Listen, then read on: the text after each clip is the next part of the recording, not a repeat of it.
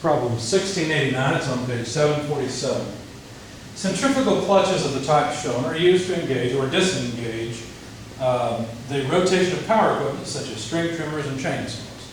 Thin curved members A, B, and C, D are connected by pins to A and C to the arm AC, which may rotate about a fixed point O. Each of the members A, B, and C, D has a mass of 4.5 grams and a radius of 10 millimeters. As the clutch rotates counterclockwise, knobs H and K slide on the inside of a fixed cylindrical surface of radius 11 millimeters. Knowing that the coefficient of kinetic friction at H and K is 35% and that the clutch is to have a constant angular velocity of 3,000 RPM, determine the couple M, which must be applied to arm AC. Now let me sketch this. It takes a little bit to wrap your head around this and what they're really asking. One thing that's not clear is exactly what's going on in the picture. If you look at the picture, that outer housing, just think of it as being still. Okay, so the inner arm has the weights attached to it, which I'll go ahead and draw here. This arm, which is A, O, C. This arm is spinning, and of course there's a moment M that we're trying to figure out what that moment would be, how much is needed. But it spins and takes these weights that are sort of, they're not a semicircle, they're almost a semicircle. Let me try to do a better job of sketching them. It takes these weights and just slings them out, okay?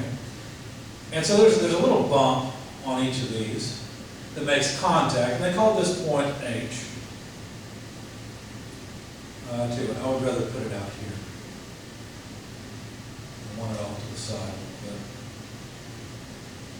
And they told us that this angle, at least in the picture, is 30 degrees. Now they gave us the angle from here down. I would rather just say that angle continuing on is a further 120 degrees.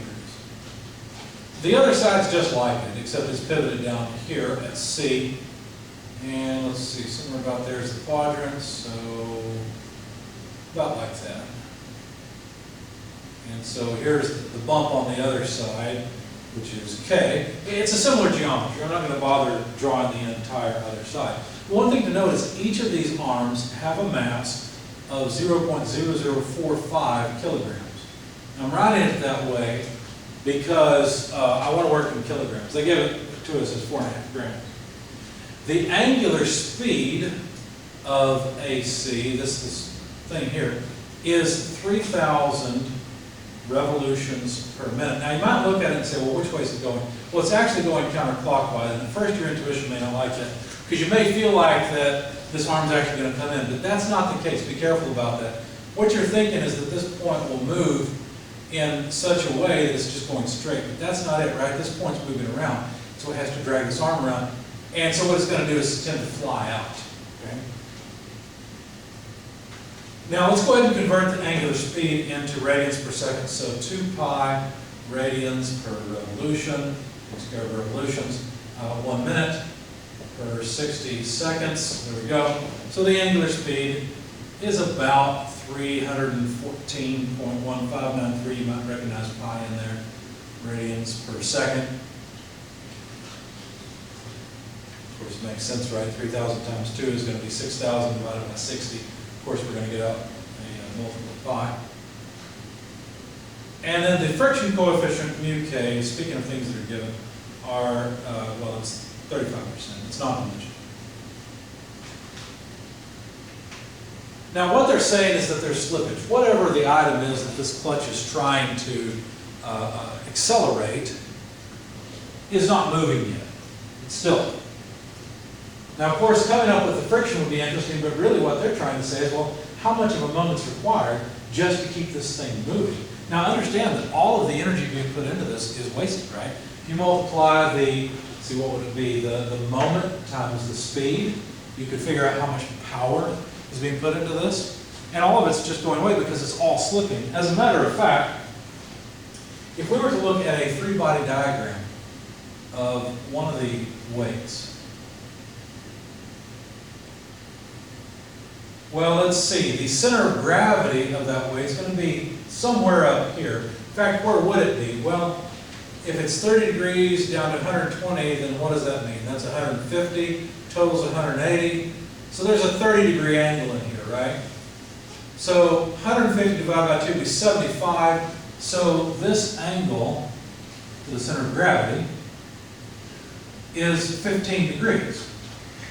Because we know it's 75 from here up. That might be useful later, we'll see. But I want to call this distance rho. I want to give it a name. They did tell us, oh, by the way, they told us that the radius r is 0.01 meters or 10 millimeters. And they told us that the radius to this outside point is a little bit longer. That one I will call L. And it is 0.011 meters, so 11 millimeters. Now back to the free body diagram. At A, let's see, I took a, let's see, I want to make sure this makes sense. At first I thought I would take the coordinate system like this, x, y, but I think I really reversed this direction. So let me draw it like this, and we'll see if that makes sense. Because then I could talk about, no, I did take y up. I did take y up. I was trying to figure out how much moment there would be, and I realized that really both weights are going to pull equally. And what I care about is the horizontal component at A and C. The vertical component I don't care about because that doesn't require any moment. The strength of the member, AC, takes care of that. But what I care about is how hard we have to pull on it in the x direction, not so much how hard we have to pull in the y. Because AX, I mean, basically the moment, we can write it out now, the moment is equal to, let's see, what's the, oh, you know what, did I give you the, the radius, there it is. It'd be RAX, right? So as soon as I get AX, this problem's done. I've solved it. Well, not exactly. It'd be 2 times that, wouldn't it?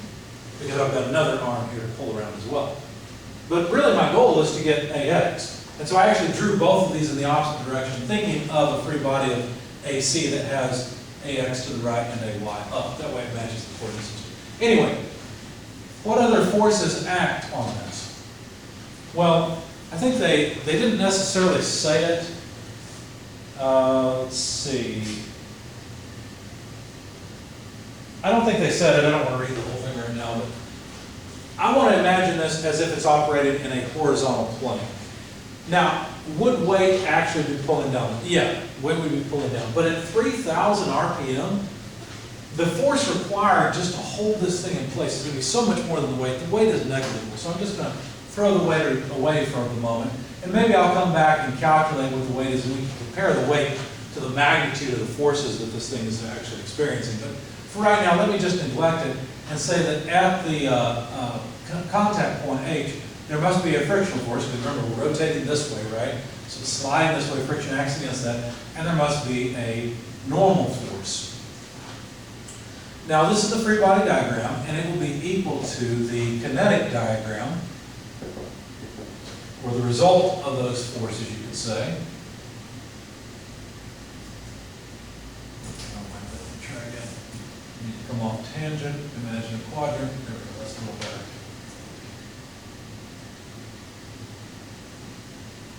All right, stop playing with it now. Let's see. The center of mass is somewhere up here. Now, I could draw a, an X, Y dynamic force, but that's going to be a big pain. I would rather work along this line. I think that working along that line is going to be a lot easier. So I'm going to draw mass times acceleration in the normal direction, and mass times acceleration in the tangential direction. Realizing that the angular speed is constant, that means that this is going to be 0. There is no tangential acceleration. Now, also I could write there's an I alpha, but since there's no alpha, this is 0 too. So really, this is the only dynamic consideration. But I need to think about kinematics. So the normal acceleration magnitude would be omega squared rho, where rho is that distance, omega is the angular speed of this clutch.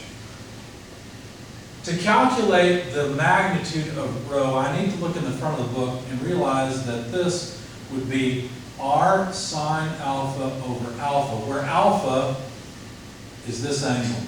We've already figured out that that's 75 degrees, but be careful. This alpha has to be in radians, and this one needs to be in whatever your calculator set for. Okay, so I went off and I calculated rho, r sine alpha over alpha. R is, of course, 0.01 meters. Sine 75 degrees if you want to write it that way. 75 degrees, I can't plug it in as degrees, so converting to radians, 2 pi radians per 360 degrees. That way the degrees are gone. Make sure my calculator is set in degree mode and all of this works. Anyway, so the radius comes out to, or rho, comes out to 7.3791 times 10 to the negative third meters. Now, how does that compare? Well, that's 0.007, right? We were dealing with something that was 0.010, so we're dealing with 10 versus 7 or so. So this is reasonable. It makes sense. Anyway, the normal acceleration then is omega squared, which we know is 314.1593 radians per second quantity squared, times rho, 7.3791 times 10 to the negative third meters. Now I don't need this anymore, so literally just copied it over. So the normal acceleration will be in meters per second squared, and that comes out to a normal acceleration of 728 or so, 0.291 meters per second squared.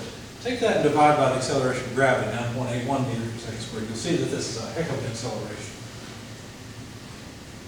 Anyway, so the normal acceleration we've got now, and if I wanted to, if I'm going to sum forces in the x and y direction so I can get ax and ay, which is what I care about, I really need to take this normal acceleration and decompose it. So now that I've got an, I'd like to decompose it into ay, ax.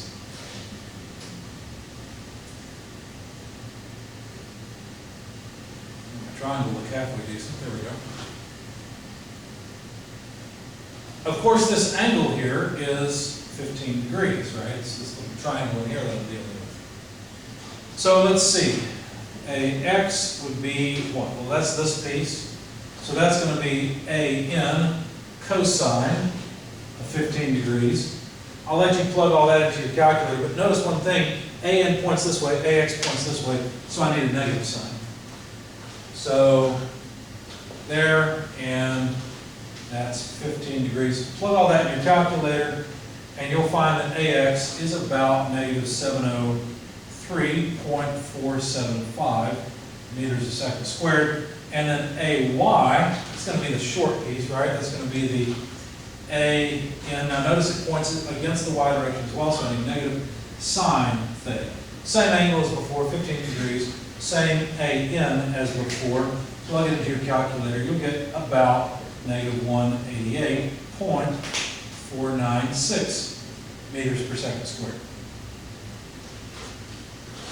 So now I have AX and AY, and it was a lot easier than just setting up AX and AY and summing a bunch of, we're trying to figure out the acceleration. Well, this is the way to figure out the acceleration. Okay, so there's the kinetics. I'm sorry, the kinematics. Now let's go for the kinetics. In the kinetics, what we need to do is sum forces or sum moments, whatever we need to do to solve our problem. Let me jot down that AX is negative 703.475 meters per second squared, and then AY is negative 188.496 meters per second squared. So that takes care of the kinematics part, basically this piece.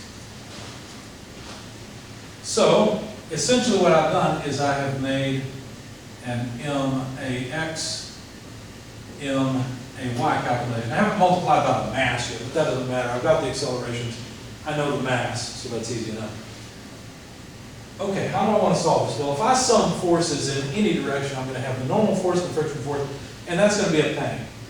Now, I may have to do that, but for right now, I'm going to start off by summing moments instead. What about if I sum moments about O? If I do that, AY will go away. Notice the normal force acts through O, so that would be gone. I would have the friction force, but that might not be the end of the world. So let's sum moments about O, taking counterclockwise, as positive. If I do that, it would be AX times L over 2. No, not L, I'm sorry. I'm thinking of L as the length of AC, and it's not. I've got the radius directed, so I'll just say R. So AX times R, because there's the moment on R, minus the friction force. Now the friction force acts a little bit farther out than R. It acts out at L. Now that's the sum of the moments, but notice that the sum of the moments are 0 because, why? Well, be careful, you're summing moments about this point. There's no I alpha, so that's gone. If there were a tangential acceleration, I would have a problem. But I know that the sum of AY, AX comes out to this direction, right? So I know that I can just say 0 here, because if I did something like, figuring out this length times that dynamic force and this length times that dynamic force, I know they would simply cancel. And so rather than going through all that effort, I will just say that the sum of the moments are 0. Okay? Coming back to the fact that really these two sums, AN and AN, passes through O. Okay, well that's nice. What I really want is AX. If I solve for AX, it looks like I'm almost there, right? F L over R. If I just knew the friction force F, I'd be good to go. Well, it looks like I'll have to deal with the friction force and the normal force. I can relate the two. F equals mu n. This is the kinetic friction. It's sliding, so it's inequality. So I guess I can put that in here and say, well, AX equals mu n L over R. Okay, again, I still need the normal force. So what about if we sum forces in, say, the x direction? We can sum forces in the y direction or the x. I've got the acceleration in the x and y. It really doesn't matter which one I choose because both the friction force and the normal force are going to contribute. Now, I prefer to sum force in the x direction because AY doesn't come into play. Okay, so if I have sum force in the y, I get AY in the equation. I don't really want it. I don't care about it. So I'll choose to sum forces in the x direction. Well, let's see. That's negative AX. There we go. And there's also, let's see, n, the component of n that acts in the negative direction. Now be careful, I haven't drawn this very well. Really, it's at a fairly steep angle. And I'm asking for this piece. That's going to be the short piece. So that's the sine piece. So that's the sine of, let's see, 15 degrees. Did I call it anything? I don't think I've called it anything yet. So 15 degrees. No, not 15 degrees. That's not right. I'm forgetting myself. This is a 30-degree angle here. N acts along this, so that's a 30-degree angle, not a 15-degree angle. You know what? Let's give this a name. Let's call it gamma. There we go. So N sine gamma. And then, let's see. Oh, the friction force. So plus the friction force. Now, the friction force is really not at such a steep angle, right? Most of the friction force is going to contribute. So that would be cosine of gamma. And then this would be equal to what? Well, let's see. Those three forces have contributions in the x direction. That would be equal to MAX. And I've got a value for AX, so the right-hand side is known. Now, again, I know that the friction force from here can be written as mu n. So let's just make that substitution. Mu n. And since what I really want is AX, let's solve this equation for n. That way I can plug it in down here and completely get rid of the normal force. I don't care about the normal force, right? So it's AX multiplied by R over L, inverted multiply, divided by mu. So I can make that substitution and see what it would look like. Negative AX from here, minus, instead of n, I'll have AX R by L mu. Okay, that's n. Sine gamma, takes care of that term. Plus mu n, again, AX over mu R by L, that takes care of n. Cosine gamma equals MAX. Now notice that the friction coefficient cancels, which is interesting. It doesn't really matter what the friction coefficient is. Of course, it has to be something. Otherwise, there's no friction force. And the equation is totally different, but there we go. So now, let's see, I think I'm finished with my free body diagrams. Some moments and forces, and I know that the sum of forces and y is not really going to help me. So let's take this and solve for AX. Now AX, let's see, it appears here, here, and here. So basically I can factor it out and just write it. Write the right-hand side, and then put all the multipliers as a sum in the denominator. The multiplier here is, of course, a -1. The multiplier here is a negative R over L sine gamma over mu. Oh, wait a second. Mu didn't cancel here, so it does make a difference. I was thinking it canceled in the whole equation. So that's those two terms. And I don't think I forgot anything. Plus, pull out the AX, we'll have R over L, cosine gamma, and I think that's it.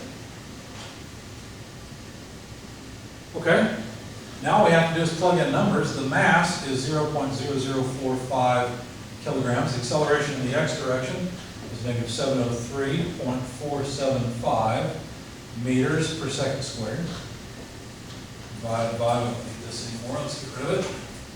-1 minus R over L. Well, R is 0.01 meters, L is 0.011 meters. I won't put the meters in because they just cancel. Sine 30 degrees over mu, 35%.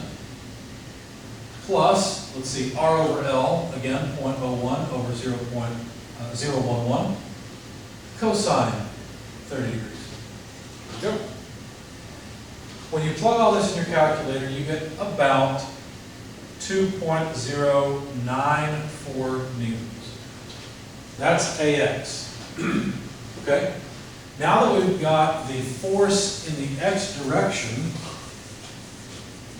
on this little arm here, then the moment has to be 2 times R, where R is 0.01 meters, times AX, 2.094 newtons. And we'll have Newton meters, or really not joules because it's not energy.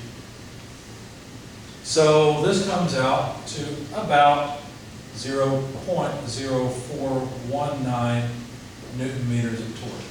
That's how much of a moment is needed to keep these weights sliding around the circumference of the ring that I didn't draw. It's in the figure in the text.